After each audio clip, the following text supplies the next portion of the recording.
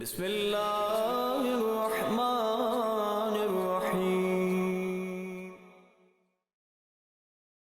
حسبنا الله ونعم الوكيل نعم المولى ونعم النصير أعوذ بالله من الشيطان اللعين الرجيم بسم الله الرحمن الرحيم الحمد لله رب العالمين والصلاة والسلام على أشرف الأنبياء والمرسلين سيدنا ومولانا أبي القاسم محمد وعلى آله الطيبين الطاهرين المعصومين لا سيما بقية الله الأعظم روحي وأرواح العالمين له الفداء رب اشرح لي صدري ويسر لي أمري واحلل عقدة من لساني يفقهوا قولي. Today's topic, the Shahadat of Imam Musa Kazim A.S, the legacy of desertion. When we look at the seventh Imam of the line of Imamat of Ahlulbayt, his name is Musa and his title is al-Kadhim, and his kunya is Abul Hasan. He was born on the 7th of Safar and his Shahadat is on the 25th of the month of Rajab. He lived during the Abbasi rulers, starting with Mansur Dawanaki, Muhammad Mahdi, Hadi Abbasi, and Harun al-Rashid. This knowledge of the Imam and this information regarding the Imam does not constitute ma'rifat of the Imam.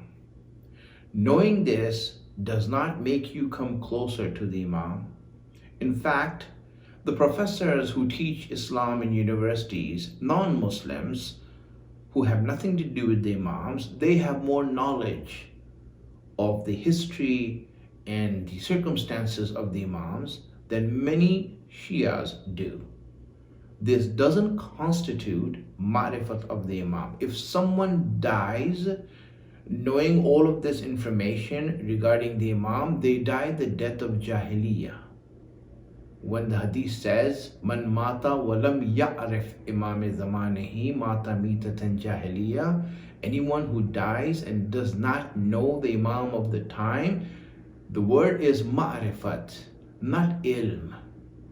Having ilm of the Imams is not ma'rifat.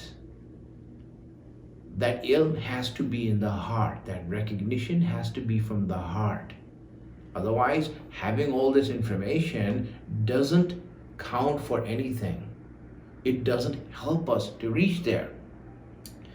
And hence, when we look at this non-recognition and people who do not have ma'rif of the Imam, and we're talking about Shias now, we're talking about believers now, we see that there is a legacy in the history of Imamat and the history of the Imams being deserted by their Shias, being abandoned and being left alone. Throughout that, we can see this all the time. And Imam Musa Kazim A.S, no different than the other Imams, was Muslim. In fact, his Mazlumiyah and him being subdued and suppressed is very much highlighted more than a lot of the Imams when we see what he had to go through and how bad was his situation as opposed to the other Imams. So the question is, why are these Imams jailed and oppressed? Why are the Imams in jail? The reason is because the nation and the followers do not have ma'rifat of the Imams. They are ready to leave the Imams. This happens when the Imams are left alone and when they're abandoned. That's why they're put in jail. That's why they're oppressed. That's why they are martyred. And hence this is the legacy of the Imams as it comes along. It is something that we need to truly look at and see how this plays a huge role in our relationship to the Imams and the Imams' relationship to us and their expectation from us. When we look at the legacy of desertion and abandonment of the Imams, we can look through all of it. For example, Imam Hassan A.S. Here, one of his commanders, Ubaidullah ibn Abbas, who was the brother of Abdullah ibn Abbas, he went to Syria where Muawiyah met him and offered him a deal, made a deal for him to see, if he wants to make a deal. He says that if you leave Hassan, stop being his commander, I will make a deal with you. And he offered him, you will be a commander in the Syrian army. So you will not lose your post. You will be a commander in the Syrian army. You will get multi-million dinar signing bonus. So he got a signing bonus and a good reward for joining us. And number 3, that you will get the most beautiful woman in Syria. We will give that to you. And based on that, Ubaidullah ibn Ziyad left Imam Hassan, joined the ranks of Muawiyah. And that's how it turned out. He just left him. Imam was left alone. And that's why you see what happened because of this reason. People leave the Imam. They do not have the ma'rifat of the Imam. They have the knowledge. They have heard the hadiths of the Prophet as to who the Imam is, but they do not have the ma'rifat. Their hearts are not with them. They do not have a place for the Imams in their hearts. We see the same situation with all the Imams. I'm just going to give you another example of our 6th Imam, Imam Ja'far as-Sadiq alayhi salam. When we look at him, we will see that his student, a student that he had by the name of Sadire Sayrufi. Sadire Sayrufi, one of the students of the Imam, who is a very revolutionary and very inspired student. So he used to talk to the Imam and pressure the Imam that you should rise up. This is the time for you to rise up. Because on one hand, the Umayyads are running away. On the other hand, no one else is in charge. The Abbasis are fighting them. This is the time for you to stand up and do something. He is telling the Imam this. Yes, he's advising the Imam as if the Imam doesn't know this, as if he needs to be invited. See, this is a student of the Imam, and this is the marifat that he has of the Imam, that the Imam doesn't know this. Maybe if I tell him, maybe some sense, na'udhu billah, is going to go into his mind. And this is a student. So the Imam, how can he reply to him? He took him out for a ride, and he showed him a flock of sheep. And he told him that if I have an equal amount of Shias who have ma'rifat of imamat, equal to this flock right here, then I will rise up and I will stand up for what is right. And student counted the number of sheep. There were 17 sheep in that flock. So the Imam was saying, if I had 17 people who had the ma'rifat of imamat, I would rise up. And here his own student he doesn't have that. Imam had 4,000 students and many more followers. And he's saying that he doesn't even have 17 people who have ma'rifat, who follow him with ma'rifat. So having the numbers is not the issue. It is how many of these people truly have the Imam in their hearts. Truly that Imam and Imamat is a part of their life. La ilaha illallah. So how should a Shia be? Imams have explained that.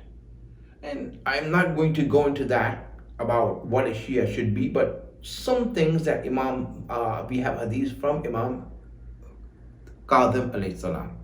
One of the hadith that we have from him regarding Shia. Just let me say a few things from that hadith so that it can help us to understand what kind of personality and a person a Shia should be and what he should be doing. So the Imam has said that min shiyatina man la ya'du sawtahu sam'an wa la sha'nahu udhunan wa la yamtadna bina mu'linan wa la yuwasil lana mubghidan wa la yukhasim lana waliyan wa la yujalis lana aiban فكيف أصنع بهؤلاء المتشيعة. So he goes on, it's a long hadith. Just a few things I will mention from this place.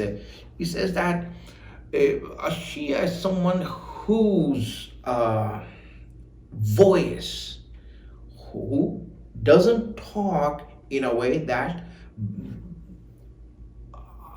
others are going to hear. Meaning that his talk is private. He keeps to himself. He doesn't go out openly in trying to reveal what the Imams are, or where they are, what they are, or their relationship. They are ready to be with the Imam. Their marifat is there, but they do not want to sell the Imams or to sell this relationship that they have to the Imams. They talk less and they listen more. This is one of the things he says, and they don't give themselves into hearsay. What people say, they don't lend their ears to that. They don't give importance to what people say, because to them the truth is clear from what Allah has said and what Ahlulbayt have said. There is nothing more to listen to what people say about things. This is not important for them, and hence they don't get involved in that. Just some characteristics of a Shia. Why are these things being mentioned? The main thing is that the Shias, their characteristics is that they listen to Ahlulbayt. They don't try to teach Ahlulbayt. They know that their opinions do not count in front of the Imams. Imams know more than I do. That's the marifat they have. Like a soldier in an army, the soldier's job is to bow down his head and wait for the command. When the command comes, he doesn't question the command or try to advise the Imam or to try to tell him, no, well, I don't agree with this, or I don't think this is the best thing to do. Whatever the leader says, that's it. Your marifat is that he knows more than I do. That he has Allah behind him. Allah has guaranteed, and Allah has purified him, and Allah has given him the knowledge. That's my marifat of him. And hence, whatever the Imam said, no matter what the case is, I go along with that.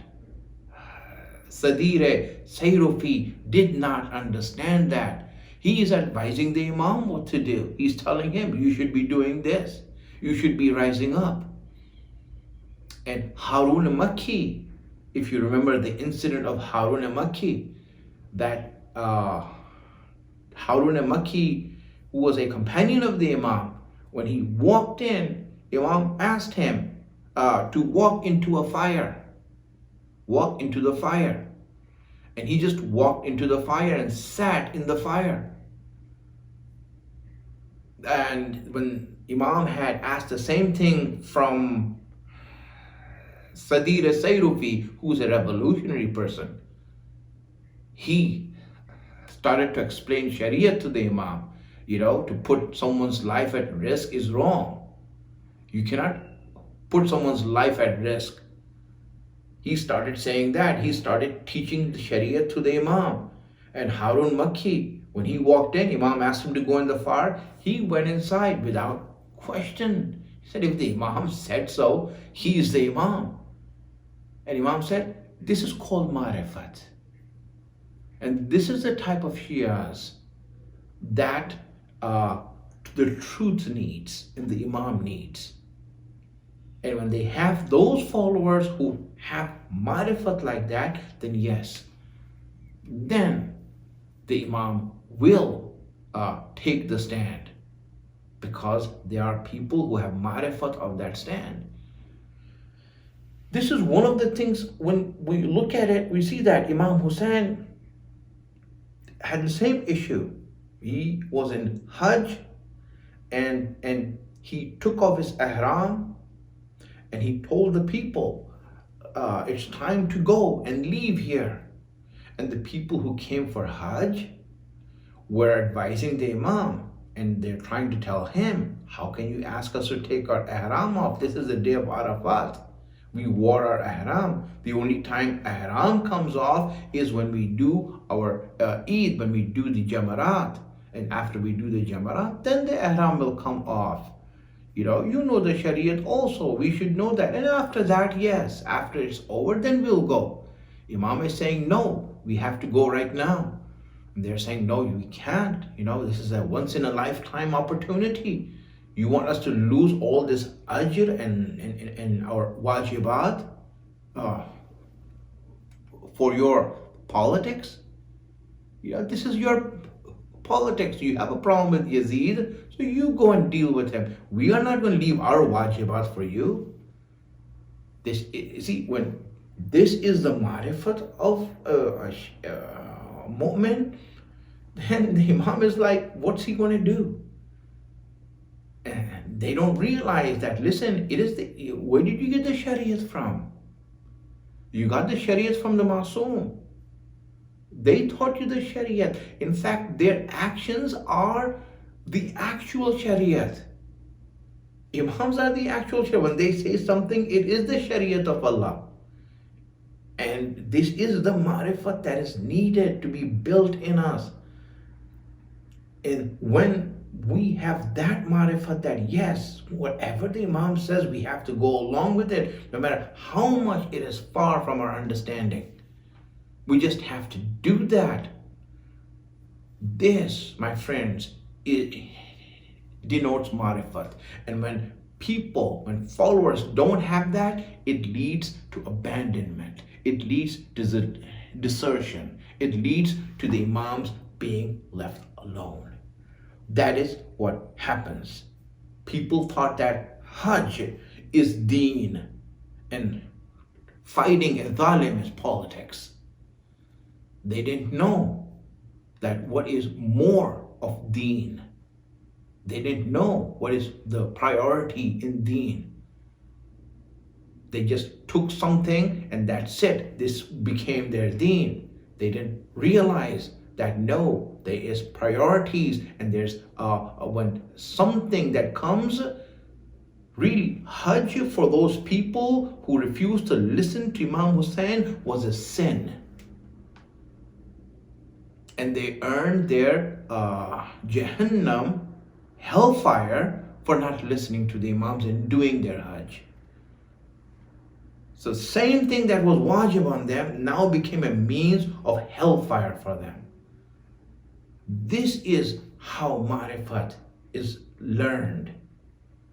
If a person truly wants to be with the Imam, and the Imams need this marifat. Allah wants this marifat to be in people. If we don't want a religion that takes us away from our Imam, we don't want that Hajj that takes us away from our Imam. We don't want that prayer that takes us away from the Imam, because that's not prayer. Imam Sajjad A.S.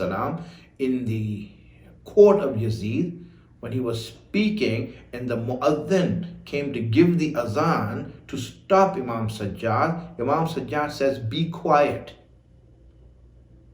This is not azan. This is a game.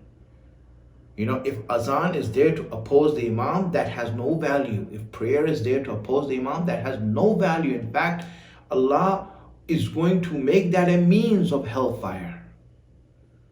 Because this is where Allah kept it. And if you do not have that marifat, imams are left alone. And that is what happened with Imam Musa Kazim A.S. He had no one who understood him. He is in jail. Why is he in jail? He's in jail because he has followers who do not have marifat that their imam is in jail. And they are just living their lives without any problem, without any issues, without any hang-ups. They just go about of their lives and things are happening in their life without any problem. They just go about doing things. This is not marifat. And that's when we don't have marifat, imams are left alone. Yes, the Shias at the time of Imam Kazim, they cried.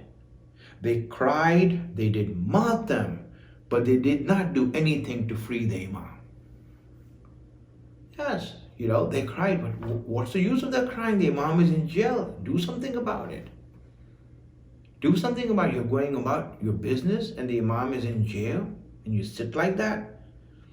An incompetent and irresponsible nation would see its leader incarcerated and go on with their lives as if nothing is happening. This is a sign of incompetence and irresponsibility. This is something that we now need to come and truly see.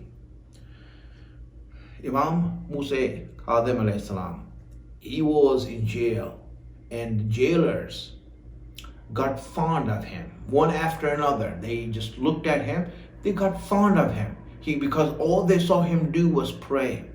In fact, when he went to jail, Imam said that Allah, I had asked you for free time so I can truly worship you. And you have accepted my du'as. And I thank you for that, for giving me the time that I may truly just focus on you and your worship.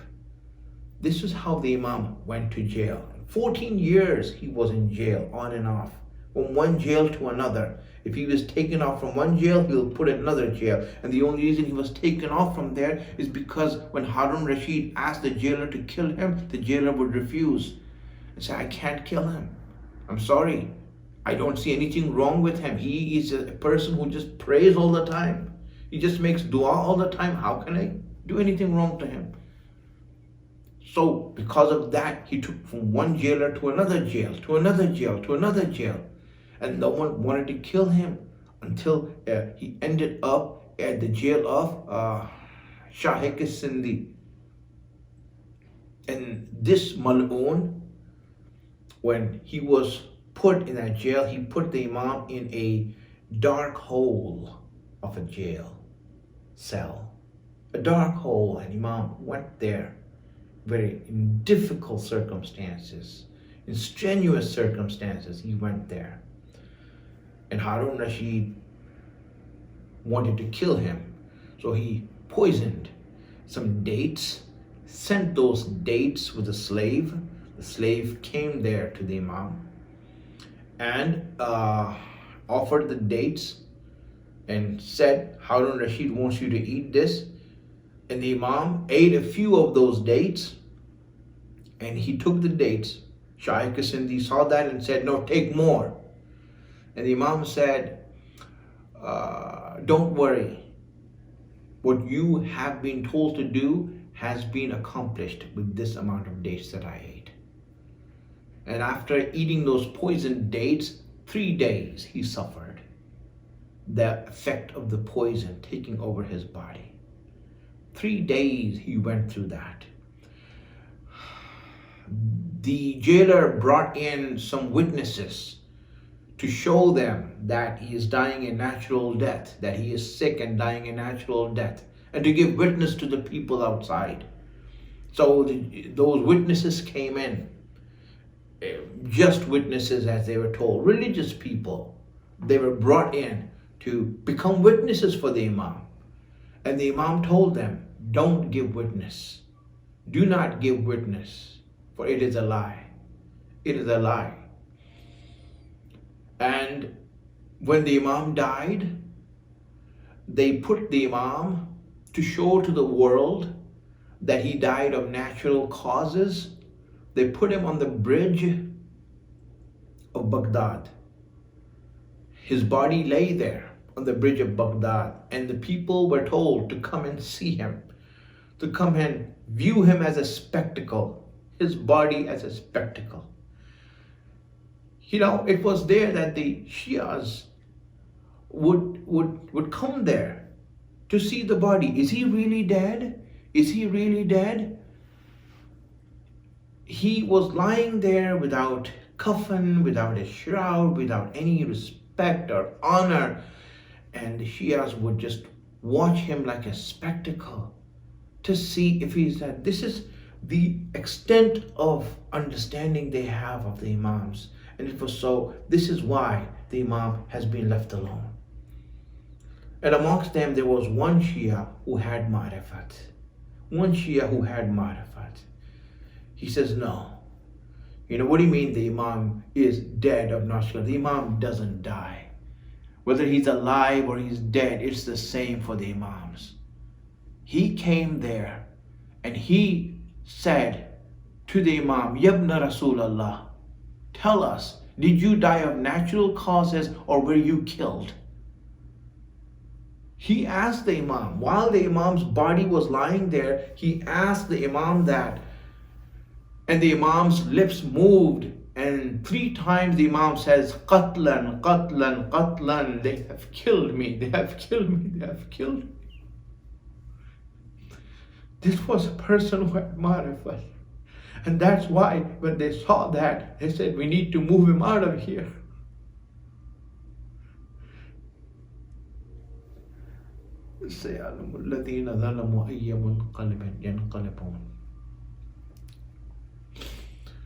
We ask Allah subhanahu wa ta'ala to give us tawfiq and the blessing to be on the right path, the wisdom to understand His guidance, hasten the reappearance of our Imam, to make us His helper when He comes. May Allah bless you all. Wassalamu alaikum wa rahmatullahi wa barakatuh. Bismillahir Rahmanir